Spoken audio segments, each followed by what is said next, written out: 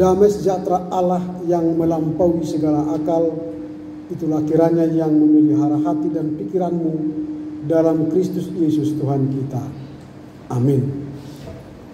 Firman Tuhan yang akan kita dengar dalam Advent yang pertama ini tertulis dalam kitab Injil menurut Lukas pasal 21 ayat 25 hingga ayat yang ke-36.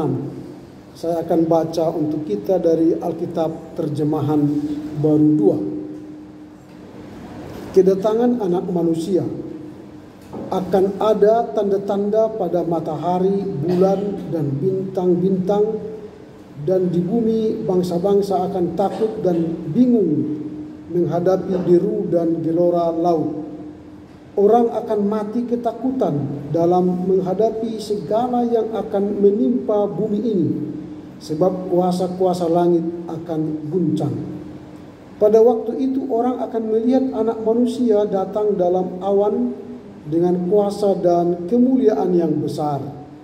Apabila semuanya itu mulai terjadi, bangkitlah dan angkatlah kepalamu, sebab pembebasanmu sudah dekat. Lalu Yesus menyampaikan perumpamaan ini kepada mereka. Perhatikanlah pohon ara atau pohon apa saja. Apabila kamu melihat pohon-pohon itu sudah bertunas, kamu tahu dengan sendirinya bahwa musim panas sudah dekat. Demikian juga jika kamu melihat hal-hal itu terjadi, ketahuilah bahwa kerajaan Allah sudah dekat. Sesungguhnya aku berkata kepadamu, generasi ini tidak akan berlalu sebelum semua itu terjadi. Langit dan bumi akan berlalu, tetapi perkataanku tidak akan berlalu. Jagalah dirimu supaya hatimu jangan dibebani oleh pesta pora, kemabukan, dan kekhawatiran hidup, dan supaya hari itu jangan tiba-tiba jatuh ke atas dirimu seperti jerat. Sebab hari itu akan menimpa semua yang mendiami seluruh permukaan bumi. Berjaga-jagalah senantiasa sambil berdoa, supaya kamu beroleh kekuatan untuk luput dari semua yang akan terjadi itu dan berdiri di hadapan Anak Manusia. Demikian firman Tuhan. Selamat Advent bagi kita semua. Terpujilah Tuhan atas kesempatan bagi kita untuk datang beribadah kembali di GMI Anugerah Jalan Madung Lubis nomor 3 ini. Setelah 1 minggu kita melakukan pelayanan kita, kesaksian dan persekutuan kita di tengah keluarga, gereja, dan masyarakat. Kini tiba saatnya kita menyembah Tuhan, memuji, memuliakan namanya, khususnya dalam rangka merayakan Advent yang pertama. Advent yang pertama adalah sebuah kalender gerejawi yang berarti kedatangan atau kehadiran. Jadi Allah melalui Yesus Kristus datang hadir di bumi ini untuk menebus manusia yang berdosa. Kala itu di Bethlehem telah terjadi kedatangannya itu, dan Advent yang pertama Yesus telah menjadi manusia di Bethlehem. Tapi Advent yang kedua hari ini kita rayakan adalah kedatangan Yesus kali kedua. Sehingga sekarang juga kita merayakan Advent. Advent bukan untuk menanti Yesus lahir lagi seperti bayi, tapi menanti Yesus hadir datang dalam kemuliaannya untuk menghakimi orang yang hidup dan yang mati. Dalam Advent yang pertama, makna yang akan kita rayakan pada Advent yang pertama ini ialah merenungkan kedatangan Kristus. Baik yang pertama sebagai manusia dan merenungkan kedatangan Kristus kali kedua yang akan datang. Menanti kedatangannya untuk menghakimi kehidupan orang yang percaya. Dan makna yang berikutnya ialah bahwa Advent itu mempersiapkan diri kita menanti kehadiran dan kedatangan Yesus untuk menebus manusia dan menolong kita untuk beroleh kehidupan yang kekal. Dalam minggu Advent yang pertama ini kita akan membahas tema berjaga-jaga dan berdoa senantiasa. Dari tema ini ada dua kata kunci yang hendak kita bahas dan renungkan. Yang pertama itu ialah berjaga-jaga. Berjaga-jaga berarti kita harus waspada.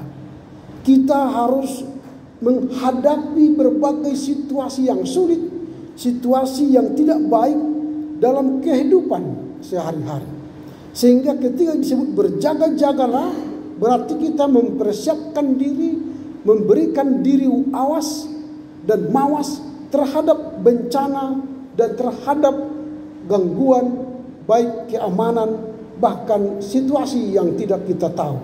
Apalagi akhir-akhir ini curah hujan di Indonesia sudah semakin tanda petik menakutkan. Karena dengan curah hujan yang banyak, ada gunung yang longsor. Misalnya ke Barastagi sekarang tidak bisa dilewati karena ada longsor di beberapa titik di jalan, khususnya di daerah Sibolangit. Sehingga sekarang kita kan untuk yang biasa menggunakan air isi ulang terganggu. Tidak ada lagi air isi ulang sementara yang dari gunung. Itu contoh karena curah hujan yang melebihi yang kita butuhkan. Lalu ada yang banjir bandang. Yang banjir bandang sekarang ada di Tapanuli Selatan.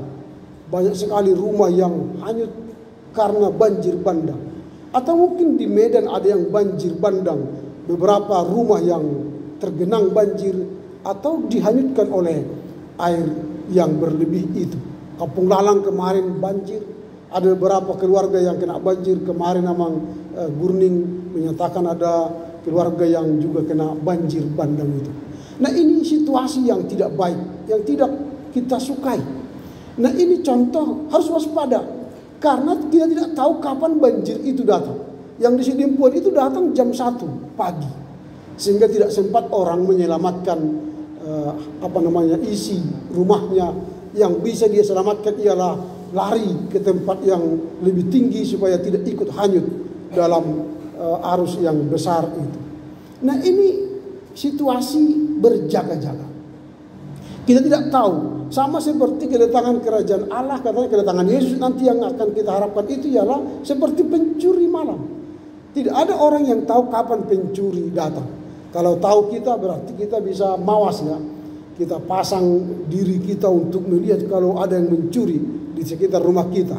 Tapi kadang-kadang ketika kita tertidur lelap, disitulah dia datang. Apakah jam 1, jam 2, jam 3, kita tidak tahu. Yang jelas pencuri itu tidak pernah mengasih tahu kapan dia datang ke rumah kita. Ada yang mengasih tahu ke rumah, besok malam saya datang jam 2 pagi. Nah, kalau dia datang jam 2 pagi nggak mencuri lagi. Tapi karena dia tidak kasih tahu, maka kita kehilangan. Itulah. Jadi berarti dalam rangka menanti kedatangan Yesus kali kedua, kita harus siap secara spiritual. Tiba-tiba nanti Yesus datang, iman kita sudah siap. Kita didapatinya setia. Kita didapatinya sudah punya iman yang baik dan benar. Dia mendapati kita bersikap yang baik dan benar. Maka ketika dia datang, pertama kita diangkat ke surga. Karena yang pertama itu yang diangkat ialah orang yang hidup, bukan yang mati. Dia datang akan menghakimi orang yang hidup. Nah, itu. Jadi kalau dia datang sekarang tiba-tiba ke GMI Anugerah ini, dia dapati satu-satu hati kita setia, maka kita yang pertama masuk surga. Nah, karena kita tidak tahu kapan dia datang, maka siaplah secara spiritual, berjaga-jagalah secara spiritual. Lalu kemudian secara spiritual itu sudah oke. Maka kalau kita sudah ikut secara spiritual, sudah siap, maka penantian kita waspada terhadap berjaga-jaga itu telah kita siapkan dengan baik. Inilah yang pertama, berjaga-jaga. Yang kedua ialah berdoa senantiasa. Berdoa senantiasa berarti menjaga hubungan yang baik dengan Tuhan. Hubungan yang baik dengan Tuhan melalui doa yang konsisten dan terus-menerus. Jadi doa itu kata orang yang bijak ialah nafas kehidupan. Jadi kalau kita ingin hidup kekal, maka berdoalah sebagai cara menjalin hubungan dengan Tuhan.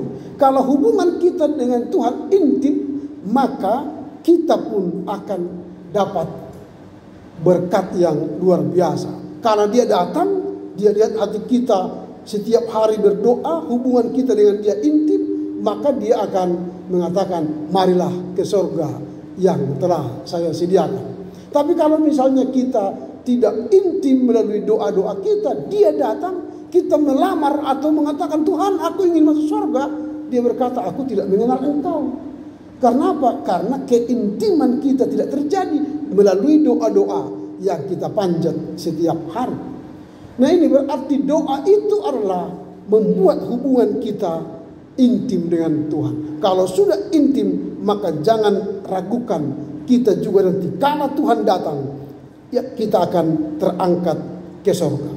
Itulah yang kedua, berjaga-jaga dan berdoalah senantiasa. Nah pertanyaan kita sekarang ialah, mengapa kita harus berjaga-jaga dan berdoa senantiasa? Nah dalam catatan Lukas tadi, alasan kita mengapa harus berjaga-jaga dan mengapa kita harus berdoa. Yang pertama, karena keadaan dunia tidak stabil. Kalau kita baca tadi ayat 25-26 dikatakan begini, akan ada tanda-tanda pada matahari, bulan dan bintang-bintang, dan di bumi bangsa-bangsa akan takut dan bingung menghadapi deru dan gelora maut. Jadi situasi bumi tidak stabil, tidak menentu. Tidak bisa kita pastikan bumi ini aman dan sentosa.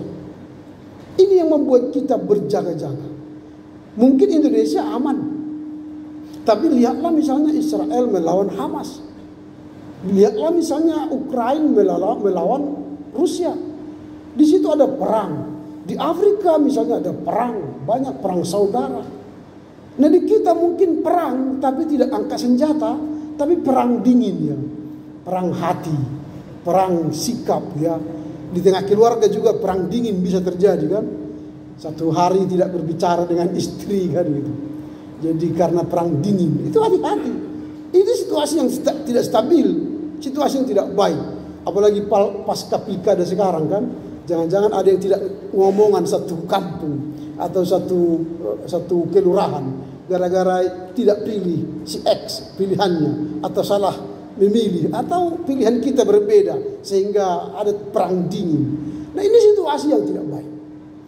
Coba kalau di Medan mungkin ya sudah aman ya, sudah terpilih wali kota, terpilih gubernur yang mungkin kita sukai dan tidak kita sukai, tapi ya membuat kita aman, jangan membuat kita pecah gara-gara tidak menang yang kita sukai.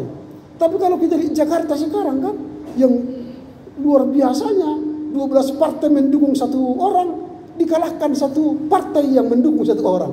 Di situ mungkin yang terasa ya di sana hubungan yang tidak baik, karena sudah dipastikan beliau itu menang, kalah. Ini persoalan. Kalau kita sudah pasti menang Bobi kan, tidak peduli lagi kita karena sudah begitu masifnya mereka mendukung Bobi. Jadi kalaupun kalah si Edi nggak masalah. Tidak begitu kental persoalan kita dengan itu karena tidak begitu masif pergerakan kita kala itu. Jadi aman. Tetapi jangan kita anggap aman, tenang, bukan berarti tidak masalah. Air yang tenang jangan kita anggap tidak bisa menghanyutkan. Bisa.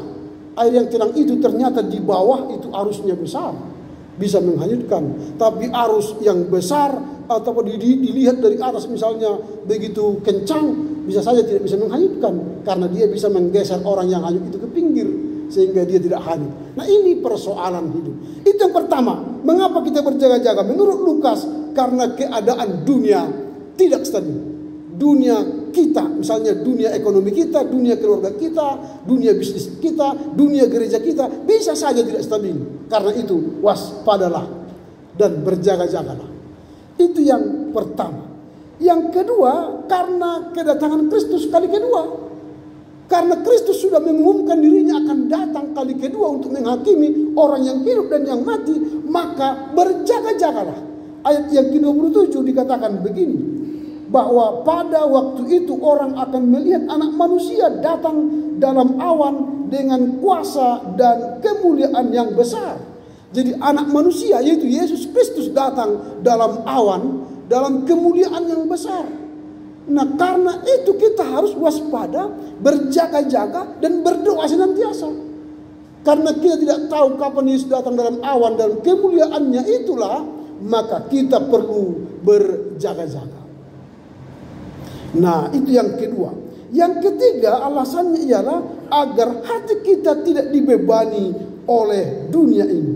Ayat yang ke-34 dikatakan begini, jaga dirimu supaya hatimu jangan dibebani oleh pesta pora, kemabukan dan kekhawatiran hidup. Jangan dibebani oleh pesta pora. Ini bulan Desember sudah dekat. Perayaan-perayaan Natal sudah banyak sekali. Hari ini sudah mulai ada orang Natal. Kemarin pun sudah ada orang Natal. Karena euforia merayakan Natal itu bagi kita orang Batak memang luar biasa ya.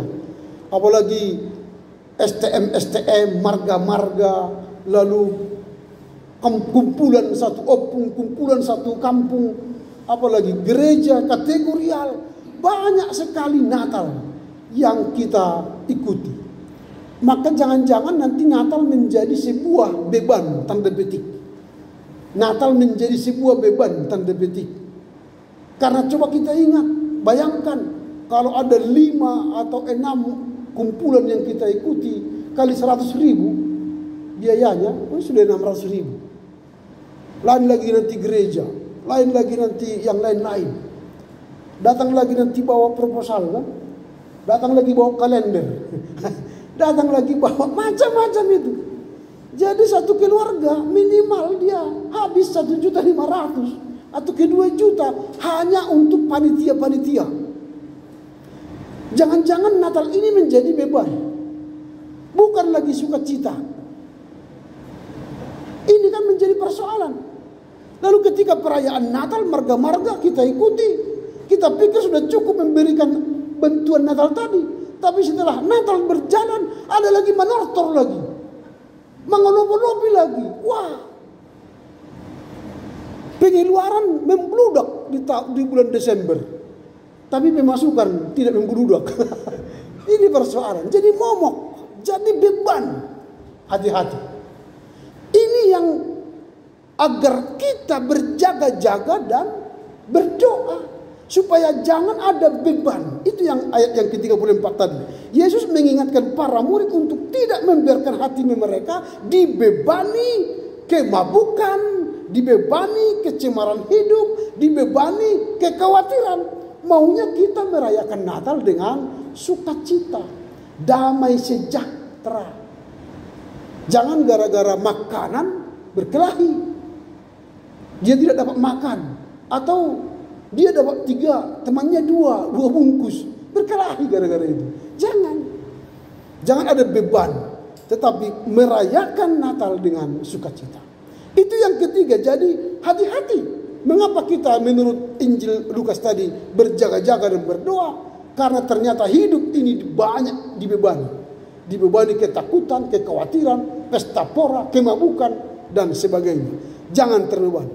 Tetapi berjaga-jagalah supaya hidup kita tidak terbeban, tapi hidup kita bersukacita senantiasa. Itu yang ketiga. Yang keempat, agar kita beroleh kekuatan menghadapi pencobaan dan menguatkan iman kita.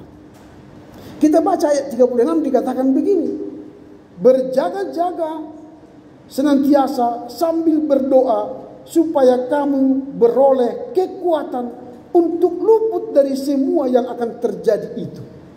Jadi mengapa kita berjaga-jaga dan berdoa senantiasa? Supaya kita beroleh kekuatan menghadapi semua itu. Semua itu tadi di atas sudah dijelaskan di ayat 25. Dan semua itu bisa saja yang lain-lain yang tidak bisa kita prediksi. Membuat kita khawatir, membuat kita terbeban, membuat kita ketakutan. Maka berjaga-jaga dan berdoa membuat kita mendapatkan kekuatan jasmani dan kekuatan iman.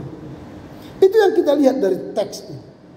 Lalu apa yang akan kita renungkan, yang kita bawa pulang dalam merayakan Advent yang pertama ini, sehingga kita nanti pulang ke rumah merayakan, menantikan Yesus datang kali kedua, mempersiapkan kedatangannya di rumah kita, mempersiapkan kedatangannya di hati kita, di tindakan kita, di perkataan kita. Bagaimana? Apa yang mau kita renungkan?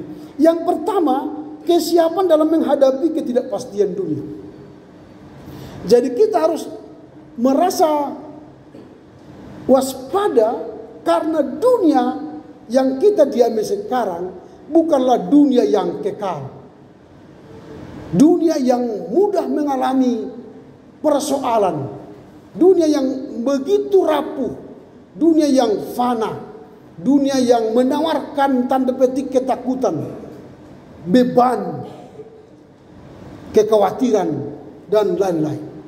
Karena dunia ini sementara, maka sadarlah kita perlu waspada. Kita perlu doa sebagai sarana kita untuk kuat jikalau ada sesuatu yang terjadi di hadapan mata kita. Jadi kita setelah mengetahui bahwa ada sesuatu yang terjadi, maka kita waspada supaya ketika dia datang kita siap, dan ketika kita menghadapinya kita kuat. Jadi orang yang menghadapi masalah sekarang, jangan kita berdoa, Tuhan kalau boleh lalukanlah semua penderitaan ini daripada aku, semua persoalan ini daripada aku. Tidak. Kita berdoa, Tuhan kuatkanlah punggungku memikul beban yang kuhadapi ini. Itu jauh lebih berhikmat.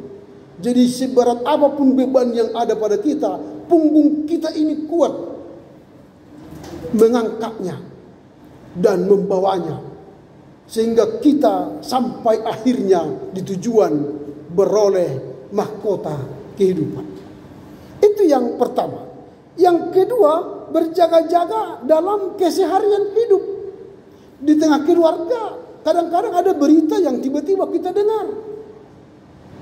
Karena itu kalau ada tiba-tiba kita dengar sesuatu, baik yang baik dan buruk, kita sudah siap sedia. Kalau kabarnya sih dapat undian atau dapat rezeki, itu gampang.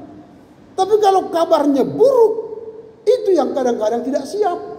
Kadang-kadang kita langsung bersedih, kadang-kadang kita langsung lemas atau tumbang atau macam-macam. Ini yang harus kita siapkan. Siap menghadapi kabar baik, siap juga menghadapi kabar buruk. Karena apa? Tadi sudah dikatakan, dengan berdoa kita kuat, dengan waspada kita siap. Sehingga kalau ada pun kabar baik, kabar buruk dalam keseharian kita, kita tidak begitu terkejut lagi. Karena apa? Tadi kita sudah sadar dunia ini dipenuhi dengan persoalan-persoalan, keadaan yang tidak baik dan tidak stabil.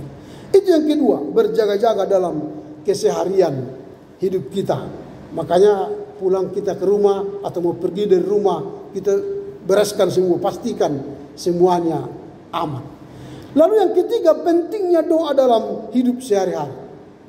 Doa, saya katakan tadi, menjalin hubungan dengan Tuhan. Selain itu doa memberi kita kekuatan, juga doa menjawab semua kebutuhan kita. Tuhan itu sejauh apa? Sejauh doa. Jadi Tuhan tidak pernah jauh dari kita sepanjang kita mau berdoa kepadanya. Tuhan tidak pernah jauh dari kita sepanjang kita berdoa kepadanya. Jadi kalau kita berdoa, Tuhan itu dekat. Karena kita panggil ya Bapa. Jadi kalau ya Bapa berarti dia bersama kita, duduk bersama kita dan menghadap kita. Jadi kalau kita panggil ya Bapa, berarti dia tidak jauh, tapi dekat bersama kita. Itu yang ketiga. Kehidupan doa kita sangat penting. Karena semakin sering kita berdoa, semakin banyak kekuatan yang kita peroleh, semakin banyak berkat yang kita dapatkan, dan Tuhan semakin dekat bersama kita. Yang keempat, menantikan Kristus dengan penuh harapan.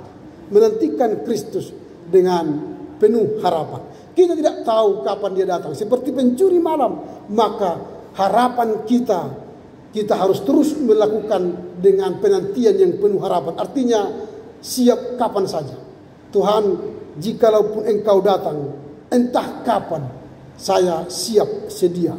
Saya berharap Engkau datang untuk menebus, bahkan mengangkat kami masuk ke surga kekekalan. Itu yang keempat. Yang terakhir, menghadapi tantangan dengan kekuatan rohani. Dengan berjaga-jaga dan berdoa senantiasa, kita berarti mampu menghadapi tantangan secara iman. Mampu menjalani dan menanti kedatangan Kristus secara iman. Sehingga kita siap sedia menanti kedatangan Kristus kali kedua. Kiranya dengan firman Tuhan ini kita terus berjaga-jaga dan berdoa senantiasa. Sehingga dengan berjaga-jaga kita siap sedia, dengan berdoa kita kuat, dengan berdoa kita punya harapan bahwa Tuhan bersama kita, dekat bersama kita, dan kalau Dia datang kita telah didapatinya beriman, memiliki kesiapan dan memiliki ketaatan kepada firman-Nya.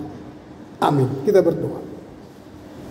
Terima kasih Bapa, firman-Mu telah kami dengar, mengajar kami untuk berjaga-jaga dan senantiasa berdoa. Berjaga-jaga berarti kami waspada, siap sedia, siap secara spiritual, siap secara jasmani. Bahkan kami secara selalu berdoa untuk menjalin hubungan yang intim dan erat dengan Tuhan. Dengan hubungan yang intim, maka ketika Tuhan datang kali kedua, kami telah siap didapatinya, beriman dan setia kepadanya. Terima kasih Bapa. Kami yakin dalam Advent yang pertama, dalam menantian kedatangan Kristus kali kedua ini, kami akan mempersiapkan hati pikiran kami, mempersiapkan diri kami secara spiritual untuk menanti kedatangan Tuhan kali kedua. Terpujilah Engkau Bapa, firman-Mu yang telah kami dengar, ajar kami untuk kami mengerti, melakukan dalam kehidupan kami sehari-hari. Amin.